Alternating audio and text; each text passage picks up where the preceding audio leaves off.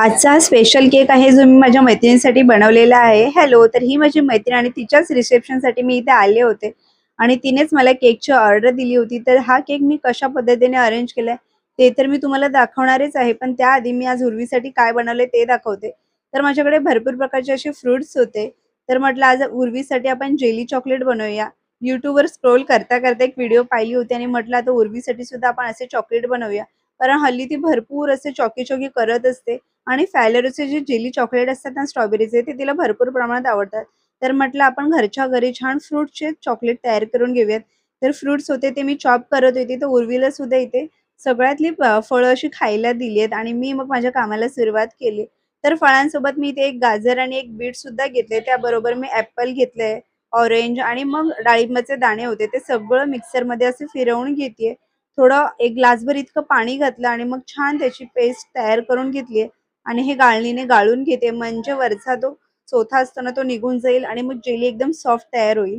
आणि सर्वात महत्त्वाचं इन्ग्रेडियंट म्हणजे ही अगर-अगर पावडर. जिथे केकचं मटेरियल मिळते ना त्या शॉपमधून मी ही अगर-अगर पावडर घेऊन आली आहे.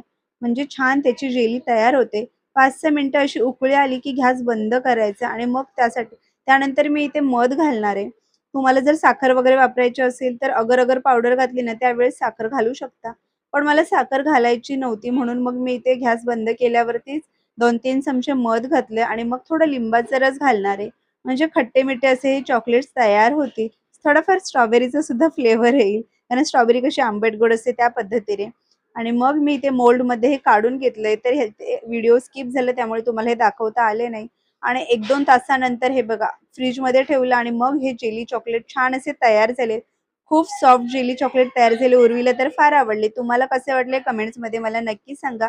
आणि मग संध्याकाळी आम्ही गेलो रिसेप्शनसाठी. तर आज दिवसभर माझा केक आणि चॉकलेट्स ह्यामध्येच वेळ गेला. तर छान केक तयार करून घेतलाय. तर 2 केजीचा केक आहे. खालचा बेसच 2 केजीचा आहे आणि वरती थोडाफार असा छोटा बेंटो साइजचा केक बनवून घेतलाय. तर रिसेप्शन किंवा मॅरेज वगैरे असेल तर अशा पद्धतीने केक अरेंज करू शकता. मी असा केक माझ्या साखरपुड्याला बनवला होता. तो 5 केजीचा होता आणि हा 2 केजीचा चॉकलेट फ्लेवर केक आहे.